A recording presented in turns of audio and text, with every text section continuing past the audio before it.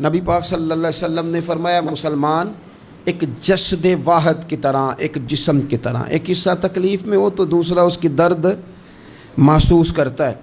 انسان کے وجود کے اندر سب سے قیمتی اس کا دماغ ہوتا ہے، اسی سے سوچتا ہے، اسی سے وہ عمل کرتا ہے، اسی سے منصوبہ بندی کرتا ہے، اسی سے وہ مومن ہوتا ہے، اسی سے معاذ اللہ کافر ہوتا ہے۔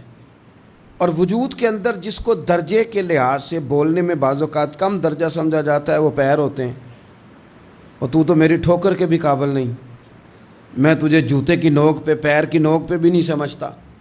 ہم یہ کہتے ہیں محاورتاً کہ تو پیروں کے قابل بھی نہیں، یعنی سب سے اعلیٰ درجہ دماغ کو دیا، دل کو دیا، اور سب سے ہلکا درجہ پاؤں کو دیا۔ لیکن مجھے بتلائیے گا، اگر کبھی پاؤں کی سب سے چھوٹی انگلی چھنگلیا چیچی اس پہ اگر کبھی زخم لگ جائے تو جسم کا سب سے اعلیٰ حصہ دماغ ہے، دماغ نے کبھی یہ کہا ہے کہ چھوڑو یہ تو سب سے نچلا درجہ ہے، نہیں جانا ڈاکٹر کے پاس، اتنا ٹائم کہاں ہے، رہنے دو، چھوٹی سی تو انگلی ہے، خیر ہے؟ ایسا کبھی ہوا ہے؟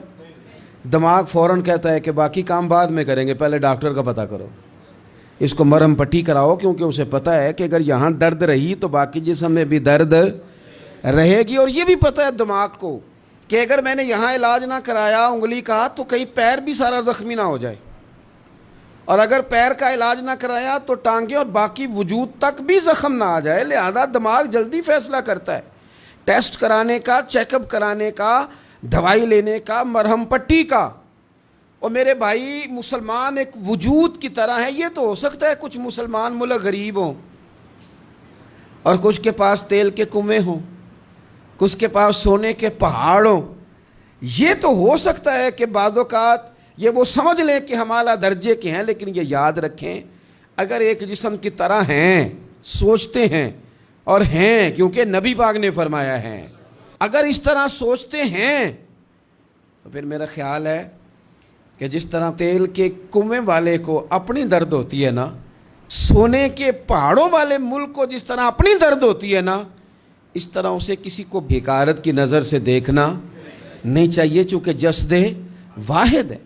اور جسد واحد میں اگر کوئی درجہ بڑا بھی رکھتا ہو کہ جناب ہمارے پاس ایک بڑی جگہ ہے، متبرک جگہ ہے، ہم بڑے ہیں، تو آپ بڑے ہیں، لیکن بڑا دماغ ہی یہ فیصلہ کرتا ہے کہ بھائی وہ چھوٹا سا پیر کا حصہ زخمی ہے، جلدی کرو، علاج کراؤ۔ لیکن بڑے دماغ والا کہے کہ میرا گھر تو محفوظ ہے، اس کا مطلب ہے بڑے دماغ والے نے یا تو سوچنا بند کر دیا ہے، یا وہ خود غرض ہو گیا ہے، یا لالچی ہو گیا ہے، یا پھر وہ یہ ماننے کو تیار نہیں۔ میں حدیث پاک کا ترجمہ کر رہا ہوں، میں تو حدیث پاک بیان کر کے مثال دے رہا ہوں، اب مجھے حدیث کا ترجمہ تو کرنے دینا بھائی، حضور کے فرمان پر تو بات کرنے دو نا بھائی۔ یا تو اس نے اس حدیث کو سمجھا نہیں، اور اگر سمجھ لیا ہے تو پھر یہ کیسے ہو گیا کہ فلسطین کی بیٹیاں روتی رہ گئیں اور تو رویا ہی نہیں؟ اگر تو جسد واحد تھا تو جس طرح تیری بیٹی روئے تو روتا ہے، اس طرح تجھے فلسطین کی بیٹی کے رونے پر بھی رونا چاہیے تھا، پھر تجھے فلسطین کی بہن کے رونے پر بھی رونا چاہیے تھا۔ یہ کیا بات ہوئی؟ ہم نے نا کسی کو چھوٹا سمجھا، کسی کو حقیر سمجھا، اور بھائی یہ تیرا خیال ہے کہ فلانا فلاں ہے اور فلانا فلاں ہے۔ اقبال کہتے ہیں اپنی ملت پر قیاس اقوام مغرب سے نہ کر، خاص ہے ترکیب میں قوم رسول ہاشمی، تو نبی پاک کی قوم ہے۔ بحثیت مسلمان سوچے مسلمان۔ کسی نے پوچھا تھا حضرت سلمان فارسی سے نام کیا ہے، فرمانے لگے میرا نام اسلام ہے۔ کہا آپ کے والد کا نام؟ فرمایا اسلام۔ کا دادا کا نام اسلام۔ آپ فرمانے لگے تو کتنے کو سوال پوچھے گا، میں کتنے کو جواب دوں گا؟ سلمان کا ہر چیز ہی محمد مصطفیٰ کا دین ہے، میرا سارا کچھ میرے نبی پاک کا دین ہے، شروع بھی یہی ہے، اختتام بھی یہی ہے، یہی میرا سارا کچھ ہے۔ داستان حسن جب پھیلی تو لامحدود تھی، اور جب سمٹی ہے تو آقا بس تیرا نام ہو کے رہ گئی۔